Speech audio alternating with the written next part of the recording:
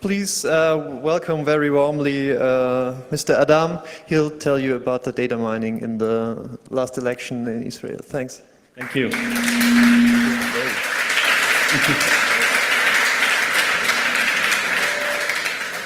Okay, good afternoon, everyone. My name is Yuval Adam, and as the title suggests, I came here from,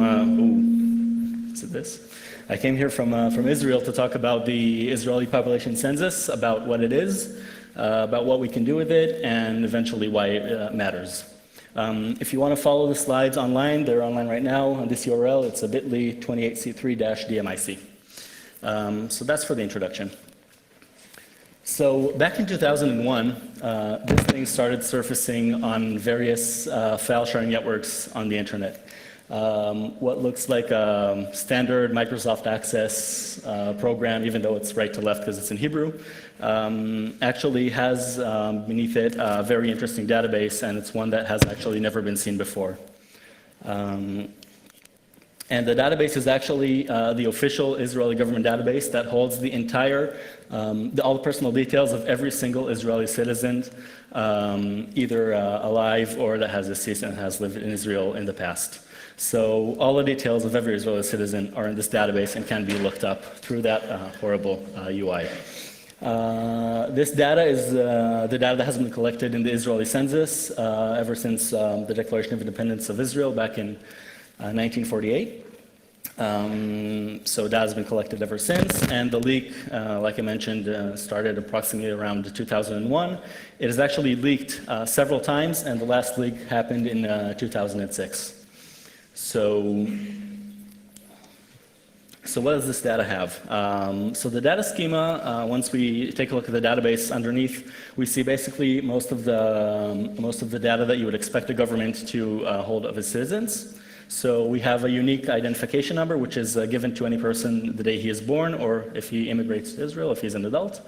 So unique identification number, and then we have obviously the name of the person, the date that he was born, again with the country that he was born in, the gender, status, that can be single, married, divorced, or deceased, the current address and phone number, and then we have interesting foreign keys that actually point to this person's parents, to his father. Oh, is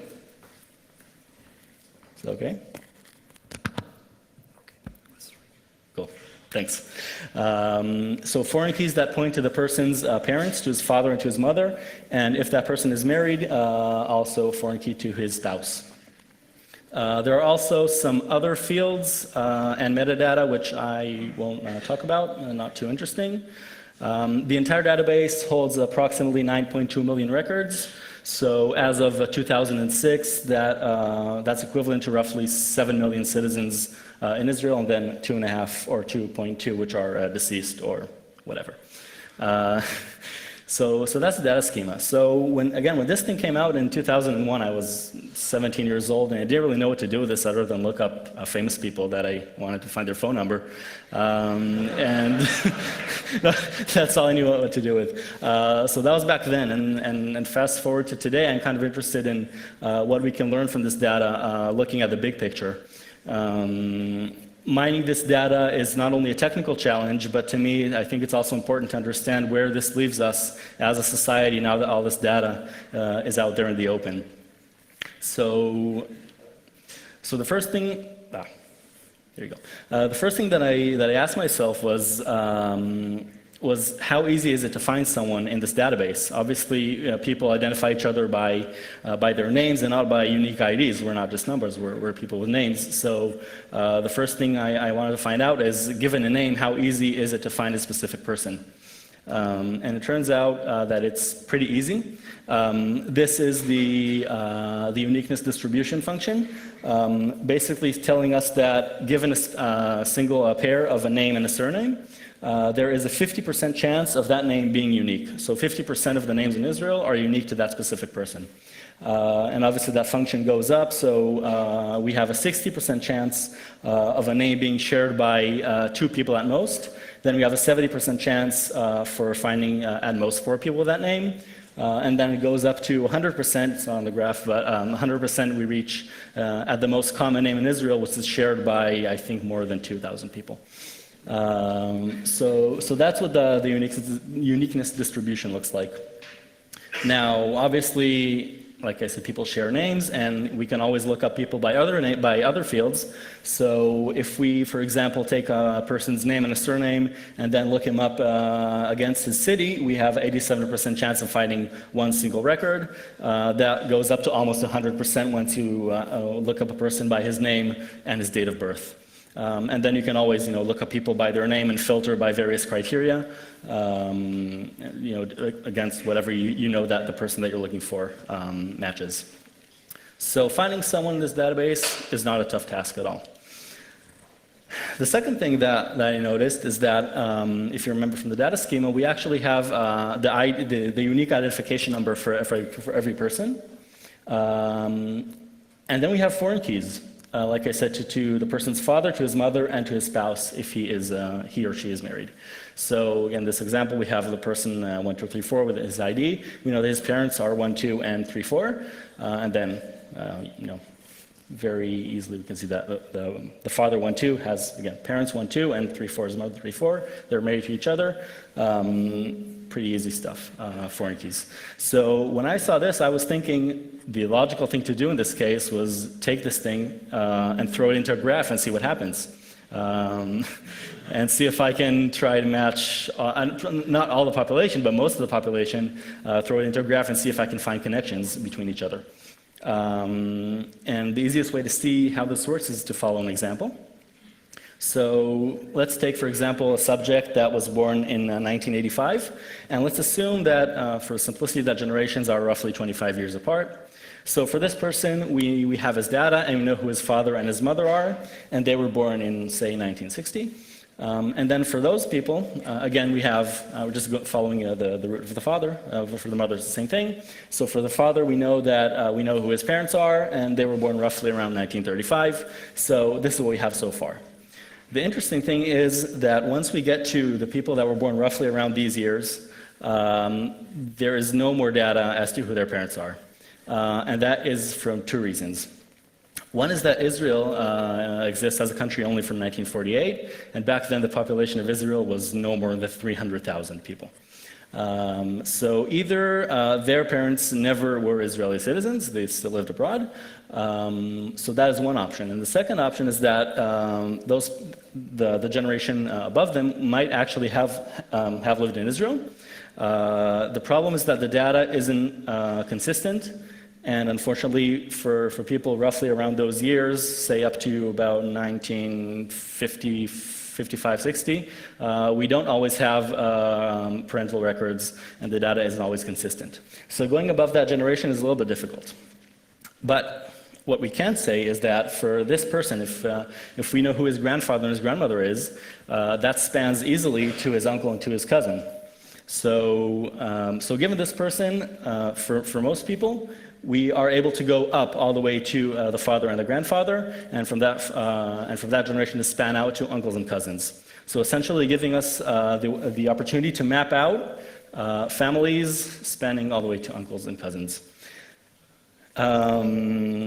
Okay, so what does this graph look like? So like I said, we have approximately 9 million nodes, and using this data only the strict foreign keys that we use, we get approximately 420,000 connected components, which if you divide it by the nodes, it's an average of families of 20 people. So essentially, using this data only, we can build a graph of families of up to 20 people and then span relationships from there. It's interesting to note that the graph connectivity can be much stronger if you use other metadata and other heuristics, which I won't go into now because we don't have time. But this connectivity can definitely be improved, and then you can span relationships further apart. So that's about building a graph. Now, I mentioned it very shortly at the beginning. The data has been leaked over a period of almost 10 years. So the first leak that we know of dates back to 1998. The version of the data dates back to 1998. And then the data has actually leaked several times up until 2006. So usually when leaks happen, they are recognized and plugged immediately, not in Israel. In Israel, the leaks happen again and again and again and again and again, over 10 years, which is kind of sad. So this actually puts us in a unique situation, because we actually have the opportunity to analyze the data as it changes over time, over a period of 10 years, which is a lot of time and a lot of data. And so the question is asked is what can we learn if we take two versions of this data and diff them one against another, an old version against a new version, and what will we find out?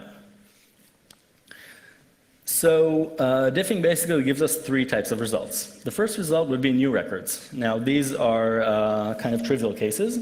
New records can be one of two things, either children that were born sometime between the old version of the data and the new version. So say a child that was born in 2005 would not exist in 2001, obviously it would exist in 2006. We have another case, which is people that have immigrated to Israel. And we can know this from the date of their birth. So say someone that was born in 1966, we would expect him to be in the old version, but he's not, and he is in the new one. So we can verify that by looking at the country of birth of this person and some other metadata, and we can conclude that this person has in fact immigrated to Israel at a certain period between these 2 years. So new records are pretty easy.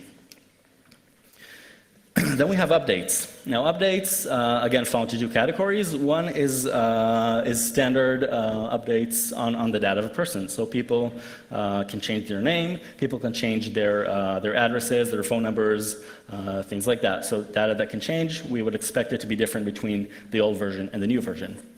And then we have people that have passed away sometime between these 2 years. So a person that was existed in 2001, sometime in that between those 2 years passed away, is now marked as deceased. He is not deleted from the database. So people, if you're in the database, you're in there for life or for death or for whatever. So again, those are pretty easy, which brings us to the last and most interesting case: redactions. People that exist in the older versions, say in 2001, and do not exist in 2006. If you're like me, you're going, what the fuck? Yeah? Sorry? What about divorces? Are they Yeah, they fall in the category of the status change. Yeah, and questions save the questions for later. I'll save some time for that. So again, redactions, we have no idea. Now, honestly, your guess is as good as mine. I have no idea what these things are, okay? I really can't say anything more than that because I honestly don't know. Now, this is under the assumption that the data has leaked from the same source across the entire period. So obviously there can be problems if you take data that is not consistent with the older versions for various reasons. So assuming that the data has actually leaked from the same source and is consistent, these are some sort of redactions. That means someone sometime decided that this person existed back then and does not exist anymore. Again, your guess is as good as mine. And data redactions are interesting in another context, also relating to Israel. And that is that Israel has a law that requires every map vendor to pass satellite imagery that it wants to publish through the government, essentially giving the government a chance to censor whatever the government thinks should be censored. Giving us an interesting case that Google, for example, is not required by Israeli law to do whatever, while Israeli map site is. So basically giving us a map of the same area with one place that isn't censored and the other one very neatly photoshopped. So this is interesting because if someone wants to redact a piece of information, if he can count on that data being the single source of data, then you're fine. As long as the Photoshop guy did a good job, then you managed to hide whatever it is that you wanted to hide. But the moment that you have another version of the data to diff against, that's where the problems start. Essentially making the redaction not only useless, but even harming the efforts of hiding whatever it is that you want to hide. Because now you can say, hey, wait, there's something here that I don't know what it is from this zoom, but if I zoom in, I might be able to, and then you're going to say, wait, so I want to zoom in and see what someone's trying to hide from me. So this is a very interesting dilemma. So what is the problem with all this? So sensitive and private data has been leaked, and social engineering has obviously become much more easier. And we know for a fact that in the past several years, this data has been used for various identity theft scams and other scams, mostly related to money. But this data actually has been out for 10 years, and how do we adapt to this situation? Because what's done is done. We can't take this data back, and it's not going to change. And the problem is that is the future. It is that we haven't actually learned anything or learned much from this case and how we adapt it to new laws. Earlier this year, the Israeli parliament passed the Biometric Data Law. Essentially, it's a law that allows the Israeli government to regulate the creation of smart ID cards. So essentially, ID cards that enable biometric data collection for the purpose of making authentication much stronger than what it is today with the existing ID cards, and mitigating the problem of fake double IDs. Israel has a problem that a lot of its IDs are actually fake, and people have double identities for not the reasons that you would think, but for reasons of usually for criminal activity. So that's a problem that the Israeli government would want to take away. Therefore, they passed this law. The problem with this law, which is generally a good idea, seeing that the world is going to use much stronger identification means, biometric passports, etc. So the direction is definitely good. The problem is in the details, as always. The system should work something like this. The government issues new smart identification cards that have the ability to save data on them. And the moment that a new citizen receives the identification card, the government takes 2 of his fingerprints, hash them, and throw them on the card. So essentially, the card now has hashed biometric data of this person, which is fine. And the next time the person wants to go to the bank, for example, he would show them a card. They say, okay, this is you. Let's see your fingerprints, hash them, match it against the card. The person is who he says he is. And this is fine. Again, this is going with most of the standards of how the world is going with biometric passports. We also know that as we've seen, all the identities are saved in a central database, which again is something that is pretty normal. You would expect a government, a modern Western government, to have some sort of records of who the people are that live in the country. So again, this is fine as long as this thing doesn't leak, as it has. Now, the problem starts with what this law also lets the government do. And this law essentially gives the government the opportunity to put all the biometric data unhashed and unfiltered in this database. And they're saying that loud and clear. So the government essentially wants to start building a database that now has not only our personal records, but also our biometric data, and saved in a very non-secure way. And this is a problem. Now, we all know that once a database like this exists, everyone wants their hands on them.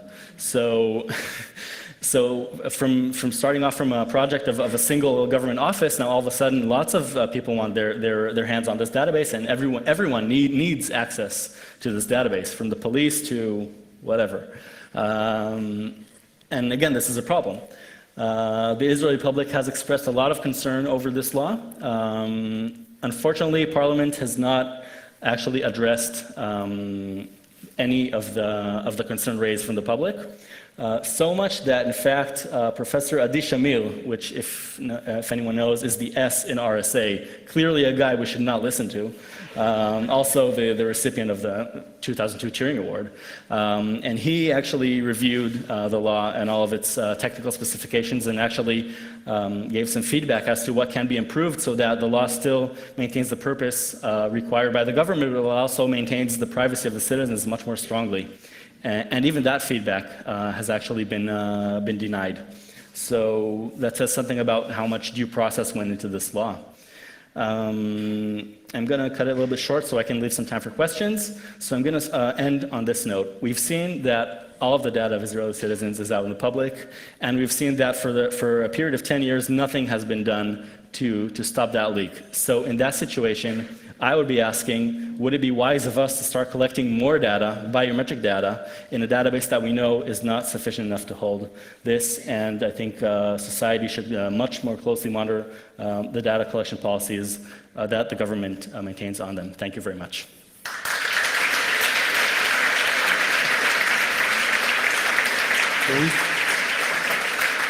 We do have an additional 5 minutes for questions, so please put your hand up if you have any. There were questions before, so over there? Yeah. Oh, just a quick question. How many deletions did you have in the database? It's hard for me to say. I can't really say because I honestly, I don't really know. It's a little bit of a problem. I have no more data on that, so sorry. Okay, any more questions? Right there in the back. I can't Please hear anything. use so the microphone. Yeah. You counted the doubles and of the names. What is the most common name in Israel? The most common name? Wow. I think David Cohen or something, or Moshe Cohen or something. Any like Jewish name you can think of, it's probably the most unique name. Yeah. Okay, do we have any questions from the IRC? There's one question from... Wait, I'll get you a microphone. There's one question from Crocodile Arian. It's how can we get a copy of this database? Wow. Okay. I'll say that it's not that easy, but it's definitely not impossible. Like I said, this data is out in the open. It's harder to get it today than what it used to be several years ago, but if someone is inclined to, he can definitely find this data. So yes, it is possible. Okay, we've got another question from the audience. Yeah, the record deletion. One guess would be that it might be people who just went out from Israel and gave up their citizenship. Do you know about the process, what they do with their data? That's an interesting angle, and it is possible. It's kind of hard to say because the data is not always consistent. I'll just say that I know of cases of again, giving up your citizenship is not something that you would usually do, but there are people that do not live in Israel anymore that still exist in the database. I can tell you that. I don't know what the exact citizenship status, but that is definitely an option, yes. How do you know or ensure the authenticity of the data, and is there any possibility or means to find whether there were intentional poisoning of the data for various purposes, hiding or I don't know? Okay. So we do know, first of all, we know that the government acknowledged this leak, and it has acknowledged it for all the period that this data has been leaking. So that the data definitely came from a government source, and we also know that from the various metadata that we see on the database. In regards to poisoning the data, that is definitely possible. Again, this data is leaking all around the internet, so it's definitely possible for someone to find it, corrupt it in some way, and throw it away. I'd say that it's not entirely, that's not something that you would commonly see. Just for example, all the ID numbers have a check digit at the end of them, and from a simple check you can see that all of them are indeed consistent. So that's just one field, and you can always verify that against other fields. But again, it is definitely possible. I have no data confirming or Okay, we have two more questions from the audience. Hi. The Israeli government has been relatively reluctant to publish numbers regarding the number of Israelis who are actually leaving the country, so moving away. Right. Does the database actually have any information about this? How are people who actually moved away and left the country marked in the database? Yeah, well again, people leaving the country aren't really recorded. I mean, that's not a field that the government would hold as to where this person lives right now. So that's not something that is recorded in this database.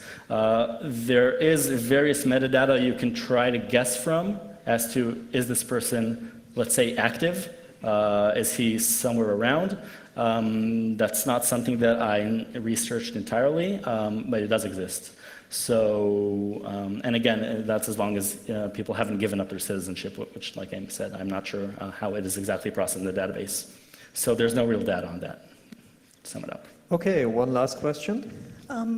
Did you show a simplified database scheme, or is it really not possible to track data like devotion or adoption or something like this? Okay, so it's definitely possible, not directly from the fields that we've seen, but using various heuristics such as looking at several children of a person and seeing that some of them have different mothers, then you can conclude that this person has indeed divorced and has children from other parents.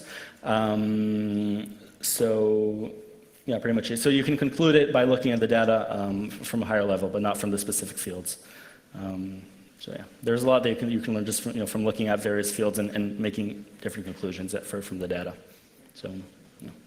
Okay, thanks everyone. Thank you very much. Again, Juai.